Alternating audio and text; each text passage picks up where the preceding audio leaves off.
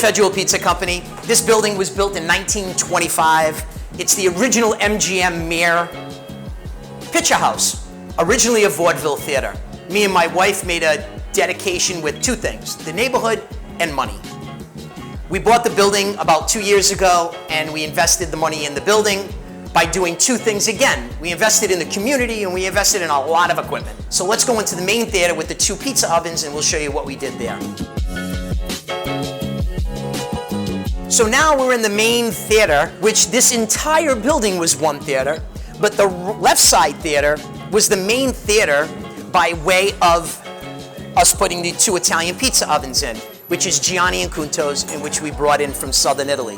They're amazing ovens, and I'm very happy with them. So we consider this the main theater side. On the other side of the building, which what we did was we dedicated that to special events. That particular room holds approximately 130 to 200 people.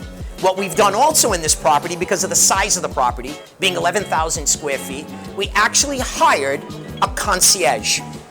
So if most of you out there, or myself, purchase large buildings, which is not very popular today, what we did was we immediately put ourselves in a position to hire a concierge which could sell the property, from a pizzeria to a restaurant to a community center. What we've done over the last year has increased from obviously 0 to almost 35, we're up to 35% of doing massive, massive special events. So let's show you the pizza area. We'll go into the kitchen, so come on. We're standing in front of the Italian pizza ovens that I brought in from Southern Italy. And we also brought in, as you can tell, an immense amount of Italian granite. There's one quarry in Italy that makes this, and we brought in a lot of it. What we do here is we run the ovens at approximately 750 to 805, 810 degrees. We run, historically, Federal Pizza Company runs a very, very, very high hydration. Well,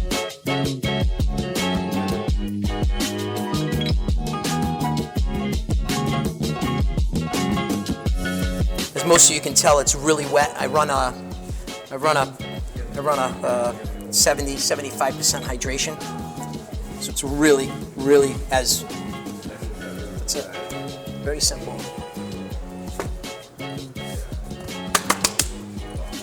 We'll use a shred on this, just to show you. Keep it simple right now.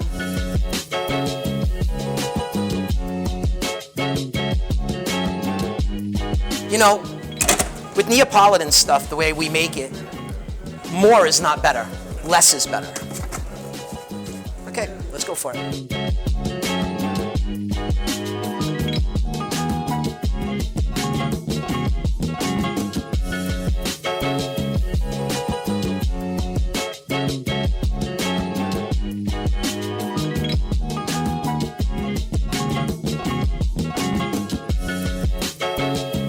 All right, hey, welcome back to the show. We're here with Billy Manzo, Federal Hill Pizza. What's up, Billy? What's up, man? I'm back again.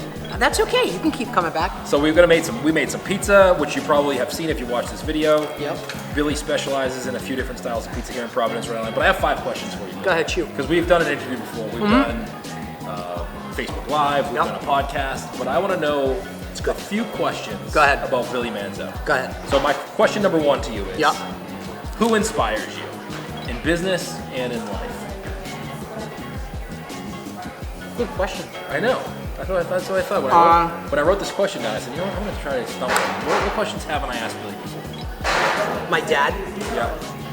Not because it's a standard answer, because I know where he came from, the neighborhood he grew up in, and what he did to make sure that he instilled into, specifically my mom too, instilled in us that we could do, me and my brother, anything we wanted. Anything. No, I am not technically Neapolitan. Right. I don't really claim to be, as right. you know. I made it very clear.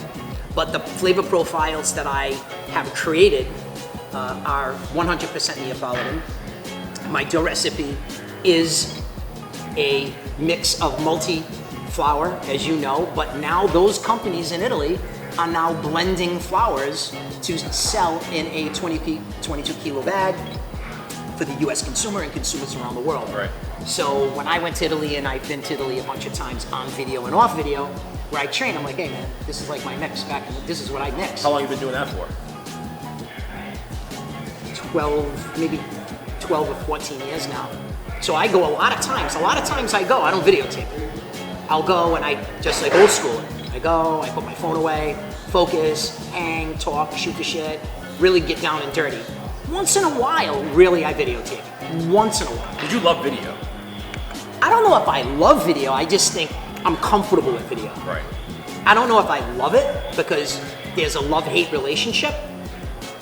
Just like an actor with film, I would imagine. There are some actors who never watch any of their films. Do you ever watch your Facebook Lives after? Or and not just if Facebook I do Live, Facebook Lives, if let's say out of 10, I probably watch 1 or 2. And the 1 or 2 that I'll watch are probably the ones that I think sucked. So because I'm like, wait a minute. I'm like, wait. Was that as sucky as I thought it was? But as you know me very well, I am exactly on camera as I am off camera. Right. Because that's, what was the word that we came up with? Authentic, relatable, charismatic. Yeah. And those are very difficult words for some people who want to be famous. Right. They want to be something they're not. So we had a conversation to be who you should be based on a third person looking at yourself in the mirror and really, really making a hardcore determination of who you are and what you're good at. Right. So I know in life, I'm 5'5". I am never going to play professional basketball. So don't put the time into practicing. Right. It's true though. It's not going to happen. You have to know what you're good at, and Well, there are people out there, as you know, that aren't like that. They waste a lot of fucking time. Now, were you always good at video and comfortable in front of it, or was it something that you practiced? My cousin Armin went to Emerson, amazing actor, very talented.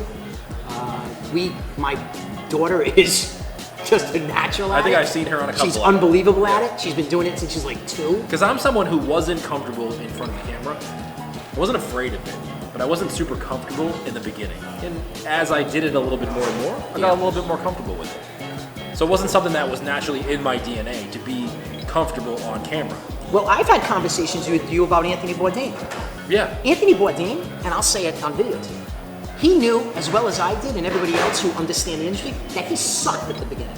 But what he did was he used his strengths and his weaknesses. Did you ever watch his, I think it's called the Cook's Tour. No, I told you to watch the very beginning. No, but I've seen Anthony Bourdain. It's called the Cook's Tour. Yeah. It's his first. How friendly is he on that? He's not very friendly. No, he's not a friendly guy. Now I think he's warmed up to it. Yeah. But at the very beginning, I've been with him twice in the Cayman Islands.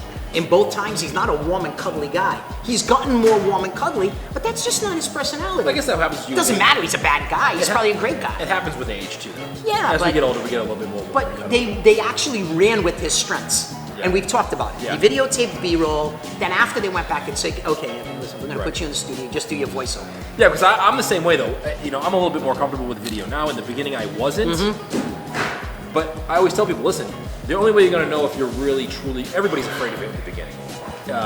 Most people, not everybody, excluding you. But I always tell people, just practice at it. And if you do it for a few 10, 20, 30 videos, and then you're still not comfortable, you still don't like it, all right, it's not for you. 90% of the guys try too hard. Well, everybody tries too hard. I think so. I think as soon as that camera goes on, they become somebody else. Because they think they need to. I'm laughing because it's true. Yeah. All right, let's move on to your menu. Go ahead. What are you eating right now? You made this awesome spread for us. A couple pizzas from your... You mean your kid? Your kid's favorite pizza? Well, I always say that to my wife was coming. She's like, oh, where are you guys going? I'm like, oh, I'm going down to Federal Hill Pizza. She's like, well, you got to bring back pizza, right? I always hook you up. Totally. If my kids are watching right now, I mean... Yeah. You got one coming, guys. As usual. They know. There's certain places where I go, and they're like, yes. This is one of them. You got it. Yeah. So what does your menu look like? What's like the most popular item on your menu, and how do you come up with the ideas for your menu? Is it just experimenting, or do you go travel around? No, I experiment. I, as you know, I cooked my way through college, so my background was much more culinary. Yep. And I bring those experiences to pizza. And what's the most popular menu item on your menu? Well, right now I told you burgers are like exploding right now in both locations. They're just exploding. That's funny. It's really right. But no, that's okay. Yeah, that's good. I'll take it. We should have a burger in front of us right now too. Yeah, no, I didn't think about it. Tag basically is so different and classic, and it's my flour mix. it's really kind of separated us from everybody else. A lot of people in the industry, as you know, do rounds. Yep. But this round is a different round, as you know, because again, it's my flour mix, and I use my double zeros. I use, and I worry about my hydrations because I have a little problem with that. We talked about that. Yeah. Earlier. So I'm very much into that. But as far as pizzas is almost 70% of my portfolio. Yeah. Pizza. The cheese pizza, obviously. All right, so this is the read too SPM Show, much. which means Smart Pizza Marketing. Right on, continue. So what is Your gig, go ahead. So for marketing wise, Yes. what's the number one marketing tactic you can tell people to do right now? Over the last, as you know, we've had conversations. I keep saying this, as you know, because we talk a lot. We've been blowing out 00 20-inch pizza slices out the front door. So it's like a $30 pie, but we're doing them for $1.50 a slice. Because we're new in the area and we want to capture that foot traffic. We want to capture the area where I am, which is a lower income area. Yeah. They're coming in, they're trying the pie, and what they're doing is they're looking through the cafe going, whoa. So that so explain, I know we probably took them on a tour before, but if someone's just catching the middle of this video. It's 11,000 square foot movie theater with a cafe off to the side with approximately a 10.5 foot by 8 foot space cut in the wall where you can see into the retail, quote, restaurant area. So people come into the cafe, it's approximately 400 square feet, slice bar, candy, cook, whatever that. Right. They come in, they look, and they go, whoa, what's in there? Because it's a movie theater and there's no windows. Right. So they come in and everybody says, go. Person at the front, go look around. People look around, next thing you know, I'm booking birthday parties, So weddings. you get them in the door for the cheap slice. Yup. And then they happen to catch a glimpse of what it's really like. Yep. It's almost like you walk into the cafe. That's right. And you see, you're like, what is, like you just said, what is that back there? You walk in, you're like, whoa, Yeah, what whoa. is this? Because you got you got it really decorated, really nice. Yeah. It's huge open space with a big movie screen behind us and then 2 ovens to the right. Yep. Or your left. If I got watch you. this on the That's video. cool. So then that captures them into getting them curious about meeting you later for dinner. Yeah, and they come. And that works. And we have, and again, we're talking shop, so we have to talk. This movie theater is in a very inner city neighborhood, as you know. Yep. A lot of African American community, Latino community. The African American community, overall, from what we found, is they just don't go out to eat. A large majority of them in the city of Providence. They get what? Delivery, right? They get delivery. So they're uncomfortable sitting down and eating. They are comfortable walking in and buying a slice and walk out. So it takes that community a little bit to go, oh, can I look around? Right. Look around. Wow, pretty cool. Right. And then we either get the delivery, which they're comfortable eating at home, or they'll come and sit little by little, baby steps. Do you deliver all your pizza? Deliver everything. What do you think about delivering the Neapolitan style? We don't have a problem. Final question. Go ahead. What does success look like to you? It could be personal success, business success. Like, what does that look like to you? I never thought I'd be married. I got a cool wife. I'm not blowing smoke. I never thought I'd be married. I was in the nightclub business for 16 years in the Italian section at Federal Hill. Success for me is to make sure I do what I do without staying in my lane, because I grew up with a lot of interesting individuals. You staying in your lane, you mean like cooking? Do the right thing. Just getting from 1 to 10 in the right way. Just do it right. And what is the end goal for Federal Hill Pizza? Where do you see yourself ending up? Dude, life's too short. I have no idea. I'm not kidding you. Listen, I sat down with every week now I'm having meetings with some incredibly successful people. Like, really successful people. I'm like, where do you see yourself in 3 years? I'm like, I'm 53. You want me to tell you I want to be retired? I mean, I got a good product. This is what I want to do. Let's do the next location. Let's do it great. Let's do it 100%. That's it. Let's see where it goes. That's it. Awesome. Where can people check you out? Right on. Oh, you say it. Federal Hill Pizza. FederalHillPizza.com. Yeah. On Instagram, you're at Federal Hill Pizza. What about your personal Facebook videos? Should they follow you there too? Yeah, or no? why not? Or Billy Manzo on Facebook. Yeah, just fine. Billy Manzo. Awesome, man. Thanks for having us. You too, pal. Love you. Love you. You too. Thank you so much for watching the SPM Show. For more episodes, make sure that you subscribe, follow us on Facebook or on Instagram, and head over to smartpizzamarketing.com for all of our past podcast episodes and future episodes of the SPM Show.